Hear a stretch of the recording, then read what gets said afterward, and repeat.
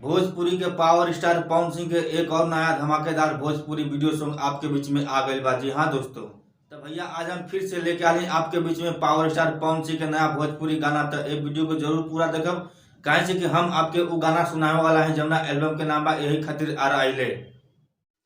नमस्कार भैया, हम लवकुश गौंड आप सबके अपन यूट्यूब चैनल DRL एंटरटेनमेंट में स्वागत करती हैं। तो भैया आपके बता देंगे फिर से एक बार आपके बीच में पावर स्टार पवन सिंह के और अनुपमा यादव के वीडियो सॉन्ग आ गई बा जमुना एल्बम के नाम बा यही खातिर आ रहा है, जौन की आप पोस्टर देख रहे हैं स्क्रीन पे। जैसे कि पिछले बार पुदीना वाला गाना आ रहा पवन सिंह के और अनुपमा यादव के, वही तरह फिर से एक बार आपके बीच में बवाल मचाने वाला आलबा गाना। तो ये गाना के आपके गा को सुनाई, अगर अच्छा लगे वीडियो थोड़ा सा भी तो एक लाइक और कमेंट हमें जरूर करब। और अगर आप हमारे चैनल पर पहली बार आने तो नीचे दिले लाल बटनों के दबा के आल वाले बेल आइकन प्रेस कर दे, ताकि जब भी हम भोजपुरी से कोनो भी लेटेस्ट वीडियो चाहे गाना लेके आई तो सबसे पहले आप तक ओकर नोटिफिकेशन जाए। काहे से कि हम अपने यूट्यूब चैनल पर हर रोज एक से बढ़कर एक भोजपुरी गाना लेके और कर ले आप लोग के मनोरंजन खातिर। तो चलिए आगे करती वीडियो के स्टार्ट।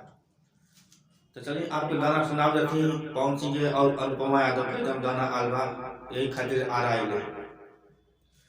छपरा में छुअनी तक कुछ ना भइल, बाकी बलिया से मन हमर खुश ना भइल। छपरा में छुअनी तक कुछ ना भइल, बाकी बलिया से मन हमर खुश ना भइल।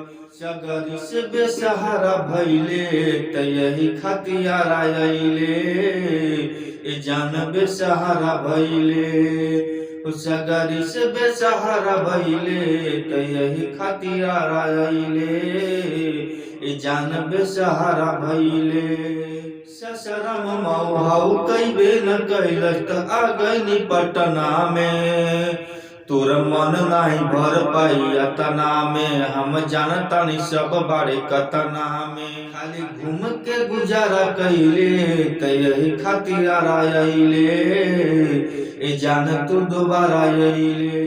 भैया कैसा लगा सर? अगर अच्छा लगा तो लाइक और कमेंट हमें जरूर करब। और अगर आप ये वीडियो को अभी तक नहीं देखे तो वीडियो का लिंक अपने डिस्क्रिप्शन में दे दे रही, आप जाकर देख सकते हैं। और आपको बता दें कि ये गाना हमारे यूट्यूब चैनल पर आ रहा है।